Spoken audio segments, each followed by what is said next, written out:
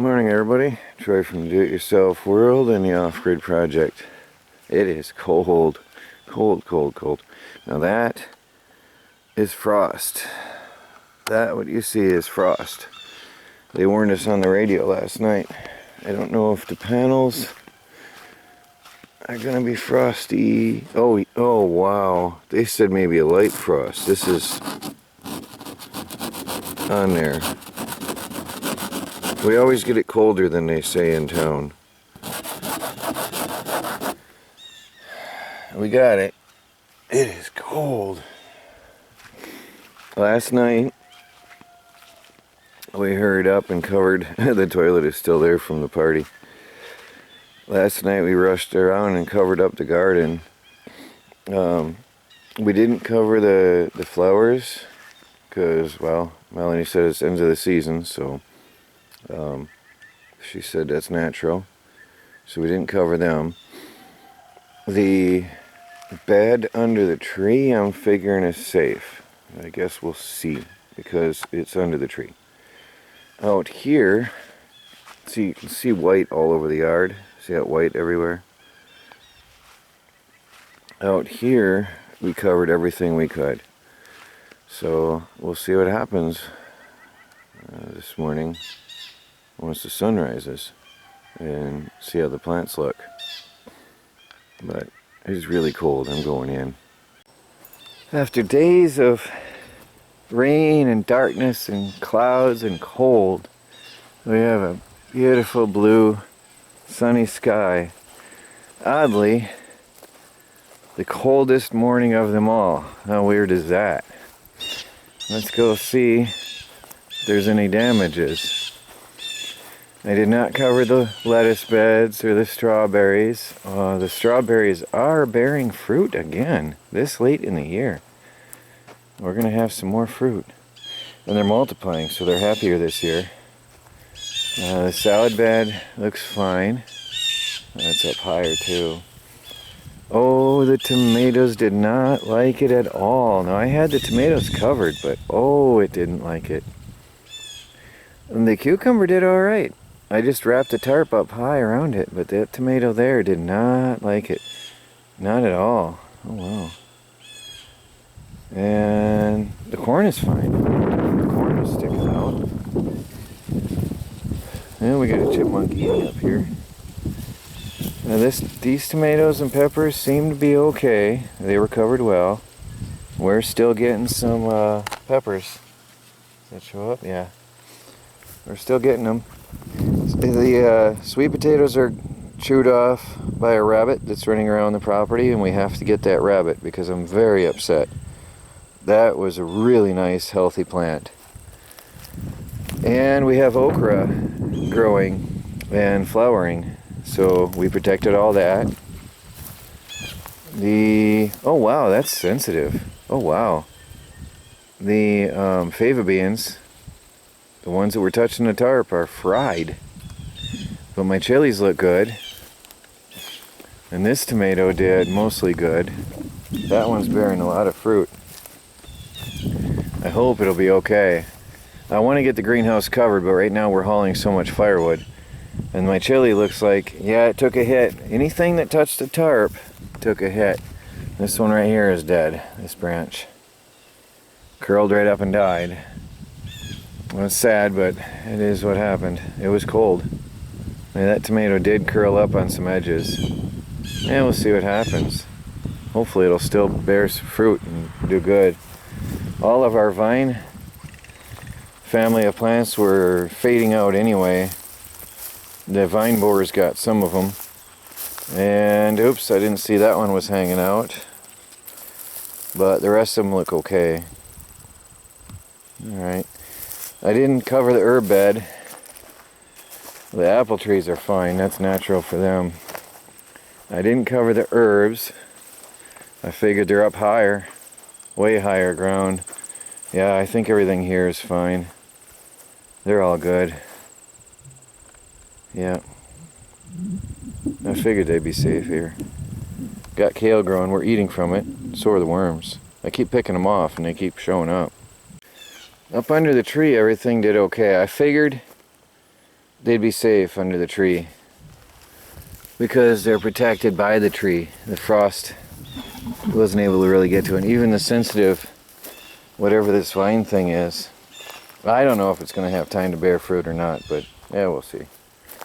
And the flowers, some of them got burnt. Again, that poor thing never had a chance. It got burnt in the spring and burnt in the fall. And most of them are okay. Looks like most of them are okay. This got some burnt ends in the leaves. Other than that, I think they're going to keep going. Got another load of firewood on the truck. And I'm going to unload that. And it looks like they're here to pick up the toilet. I guess I'll do that in a few minutes. Our firewood pile is increasing. I'll be back in a few minutes. The wood pile is growing. Let me jump down and see how tall it is. That's about 4 feet tall. We're getting there. Well, I got myself 1, 2, 3, 4, 5, 6 nice sized logs for the mill. One of them is a 12-footer, and the others are cut about 8 foot. And some of them, like this big boy, are pretty thick. And that one too, actually. These are going to make some nice lumber on the mill. Really nice. So this is from the site where I'm cutting firewood. But some of these I just felt that would be a shame to burn. That one at end, I don't know why I cut it like that. I'm probably going to cut it off right there. That is the 12-footer. Yeah, that was probably on the bottom, so I didn't see that knot when I cut it. That's probably going to end up being more like a 10-footer when I'm done, because it widens right there. Anyway, I'll find that out when I get it over to the mill and make my decision. There's a nice chunk of wood. So these are all very good logs. And I'm only hauling 2 miles down the road, so I did grab my trailer and take it down there and pick it up. But this is, that is thick. That is really nice. This is going to be all real good for the mill. But I'm resting right now because I'm exhausted. This is really, really exhausting work. Loading up all this stuff and handling all this stuff. Cutting firewood and handling logs. And I had help getting them on here though. But it's still exhausting work. But there's a load. I don't know if I'm going to get it off yet today or not because I'm pretty sore. But there's a good load of logs. So in the garage, I was going to start insulating, but I have a problem. Multiple problems, but I think one is caused by another. We've had, I don't know, ants or termites. Something's been in here, tunneling through the wood for years, but I don't see any sign of anything alive. So whatever it was is hopefully long gone. I don't know. But I have a problem here. This is all rotted out and tunneled through. Totally tunneled through. So here it's actually turned into soil. It's decayed so much it's actually turned into rich, fertile soil. And I'm just peeling this out with my fingers. Okay? That's no good. We can't have that. So, because of snow load, this will eventually collapse and sag over, through the years. Now, I found out the reason. You can see the bottom lip of the siding right there. And I'll take you outside in a minute. The solution, I'm going to have to cut out here with a sawzall because there's no support here.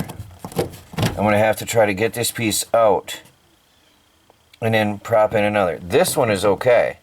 This piece from front wall to along this whole chunk of wall is destroyed. So I'm gonna cut that out, and I'm gonna have to cut that nail, and I'm gonna have to slide in a new piece. But I have to fix the problem because long term, that's bad. And I'll show you what happened, what I think happened to cause that. First of all, here we have a roof which needs to be cleaned, okay? But it rains and it drops straight off that, straight down into probably what used to be a much higher filled bed of gravel, which maybe at the time was okay. The problem is that right now, here is, and I've got trees that gotta go. Here's my cement. No, I don't know what that is. Well, the cement slab is somewhere down here, and here's a piece of protective foil that used to wrap underneath the wall. It is some kind of a, probably a barrier that went underneath the wall originally and eventually slipped out. And now when it rains, it splatters and then gets up inside here and goes right up inside. I can dig through here with my finger right up to the inside of the garage, the inside wall. So what we have here is constantly wet wood every time it rains, and it'll never dry down there. It's all damp. And so I'm going to have to put rain gutters up here. I think the best solution is to put rain gutters, and then maybe, well, I'm going to have to fix the original issue, dig this out, dig it back, put in some new gravel up to the level where it was supposed to be. That's probably going to help a lot with drainage and stop splashing of water up under there.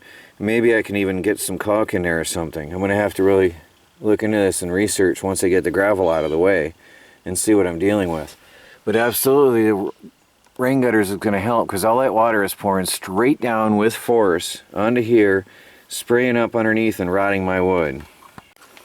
I don't have my tripod on me, and I just want to get this done. So I've got the Sawzall. I want to cut out that board, and then I'm going to scrape out the garbage and see if there's any termites or ants left in there. I'm probably going to have to put some kind of a pesticide, termite and ant killer down in there for future. Probably some borax. I've got plenty of that. Spray it along, or pour it along down in there to stop future infestations. This is all that was left of that 2x4. That's just horrible. That's all that was left right there. I don't see anything alive, so whatever was in there, I guess, is long gone, I hope. I'm not seeing anything, but I'm going to treat this area anyway. We need to get a small shovel. Let me see if this will scoop it out. See, there's the bottom of the wall, and that whatever that material is wasn't reaching up in here in this area anymore. I can see where the dry wood is further down the wall that reaches up inside still, and so it was protected. I don't know if you can see, well, forget the hole in the wall, but I don't know if you can see, but you can see daylight. I can see daylight down there from outside, and that's, I guess, not a really good construction the way they put that together, because it's just allowed the water to penetrate all these years and destroy that. I'm open to suggestions, guys, on the outside what to do. I think that by adding gravel up to the original layer, it's obviously settled down through the years, adding more gravel up to its original layer is hopefully going to help. Maybe I'm going to need silicone in here. I don't know. I'm not sure what to do. I think that rain gutter is absolutely going to help a lot and reduce 90% of the splash. I think gravel will definitely reduce the splash from getting up inside, but there's nothing to stop water from running right inside the slab onto the wood. So it wasn't a, I think the siding should have extended out past the lip of the cement slab, because there's nothing to stop the nature from getting in here. Actually, unfortunately, the siding is flush with the top edge of the cement slab. That's really, really unfortunate. I don't know how to fix that, guys, so I'm very much open to suggestions here, because that's just going to rot again in a few years if I don't do something about that. Tell me what you think, guys. This is a nightmare, but I'm so happy I discovered it before insulating. Oh, there's been ants. I think that's ants because that's larger. Tunneling through there for years. Generations of ants have tunneled through there. What a mess. I've got to scoop that all out. I'm using a sawzall basically to cut this way and cut the nails out. That one fell out. I'm still going to have to try to get the nail out. And got to cut this one and then that one there. Careful not to cut through to the other side. And then, because the other piece is good. It's just this whole area. I can clearly see daylight coming through there. This whole area is shot. So I definitely got to cut a new 2x4 to fit inside from here all the way over. Otherwise this side of the wall will collapse. The only thing holding this up now is the aluminum in this area, and that's just not acceptable. Got my tripod. Now I'm going to be in my own light a little bit. Oh, I can see daylight through there real clear now. Huh. There's the nail that was in there. Is that another nail? No. Oh, what a mess.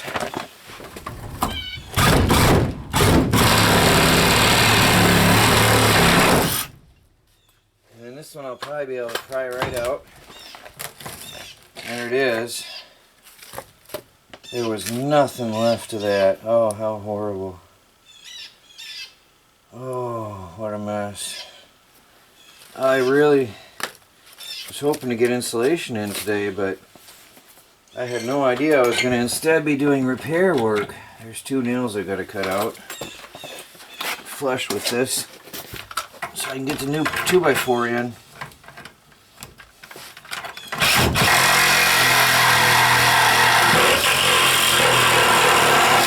Ow! That came out.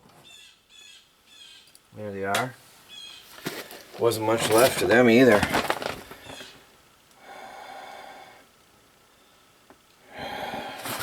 Well, now the cleanup begins. Let me see. There's nothing there. Oh, there's something there. What is that? What? What did they do? There's a massive something in the ground. Oh, what have they done? How did they do that? There's a massive spike of some kind up in here. I don't know how I'm going to deal with that. Well, I don't know if I can show you. Well, I don't know what that's about, and how they put it in there, and how and why. What they did, that's into the cement. I have no idea how that goes up in there. That's a screw, a threaded stud that went through. I don't know how or what they did there, or why. I'm not sure what they were doing. That's going to be hard to cut with a sawzall, if I even want to. I wonder if I just want to put one 2x4 in here halfway, this way. That's still good. And another one from here to the corner, because I don't know what that purpose of that metal piece is. I really don't want to mess with it. I gotta get under here and remove this piece. They've scrapped that in there, and I don't know why. But I'm thinking that there's nothing left under here either. And the wall was flopping, the door. So they put this piece in and nailed it into what was left of the studs to hold the wall from flopping. That's my guess. So I'm going to remove this scrap, just a piece of scrap 2x6, and see what's under there. I might have to put a piece under there too, and maybe get some cement screws and go down in, and that'll probably help firm that up and stop the wall shake. I'm betting that's what I'm going to have to do. So much for just insulating and happily working in my shop. Got some repairs to do, but better now than letting the walls rot down on me later. There's all the rot I took out of there and dirt. So I probably won't put the new piece in today. I'm probably gonna wait and see what goes on here. It's supposed to rain again tomorrow. That'll give me a very good idea of what's going on. I'll wait and see and watch it rain in here and see what's happening. I think I can continue insulating the rest of the walls. Here is firm and dry. I've got to move this cabinet out, and there's a bunch of other junk in the way here. But I just took this off the wall. Yeah, the 2x4 along the bottom rail is all good everywhere else. I'll check it as I go, because I wouldn't be surprised to find the same rot somewhere else along the line. And so I'm going to have to find a solution to that, find the cause of it, and find a solution for that. Otherwise, it's just going to happen over again. And the shed will start to sag.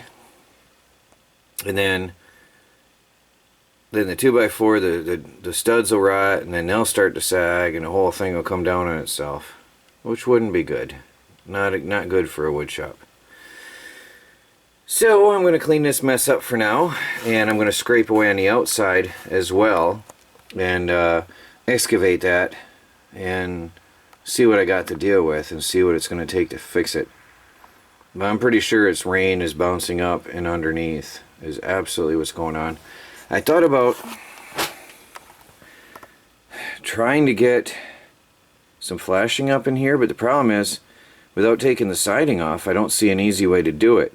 If I could get some flashing in here, maybe cut it short to fit underneath there, right? And tuck it in underneath and out. Any rain that would hit would wash out and away. It might be an option. But as far as going along all the way along, unless I pull this bottom piece of sheet metal off, which is going to be hard because obviously it's overlapped. But if I was to pull that bottom piece of sheet metal off all the way around, I'd be able to put flashing and put a new sheet metal down. But boy, that'd be a job, because then you'd have to take it all off because it's tucked under. Depending on how that's nailed, I don't think that's even an option without wrecking the sheet metal. I don't want to do that. Yeah, I'm open to suggestions, guys. And I don't know what they did, but there are nails driven down at intervals. Here was one, and there was one. There's just craters now where those were. They broke right off with my finger. And there was one, and I think there was one there.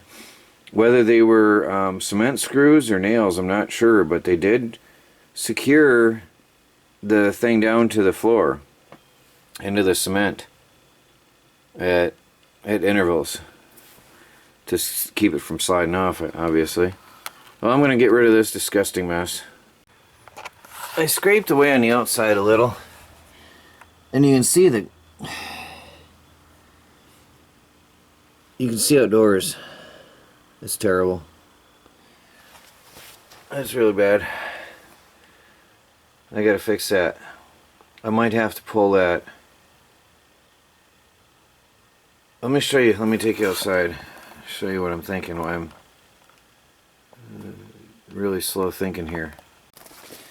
I dug away just to see what we got. I'm not exactly sure why it's rotting here and not down here. Now definitely we've got some trees here that need to come out. I don't see the difference really. I'm not sure why, but one thing I did notice is back here they put a piece of roofing on. At some point in time, the wall back here started to rot.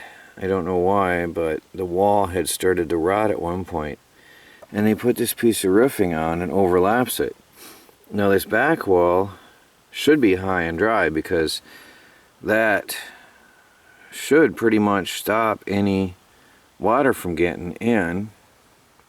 Plus, we're on the back side, so there's no runoff like there is on the bottom slopes of the roof. So one thing, I'm going to have to get rain gutters. I think that's pretty much a given there. But I'm wondering if this might be a solution. Something like that on here. If I dig down along the whole edge of this building, and I can cause the water to run out and away, then I might be able to save that wall in the future. Here you can see the light from inside shining through. But obviously some would be able to get behind it, but it won't be able to splatter and force itself in. If I can get it a piece to follow here and then sway out like this, hopefully there won't be any water getting in. The other option is to come up under this lip and cover this whole bottom panel. Either replace the whole bottom panel, which I think would be horribly hard to do because the nails have been in there and painted for forever, or just try to get tucked in under that lip a piece of roofing if I can get it under that lip, and then down below the edge of the cement. I think I'd be okay. But tell me your thoughts, everybody. I know there's some experts out there that can tell me what was wrong and how to fix it. Well, that's coming to the end of the day. It's getting dark, so can't wait to hear what you guys got to say. It's Troy from the Do-It-Yourself World and the Off-Grid Project. Please like, subscribe, and share, and follow our videos as we strive to become fully self-sufficient and off the grid on a budget. The wood shop is going to help us towards self-sufficiency and bringing in another source of income. Talk to you later.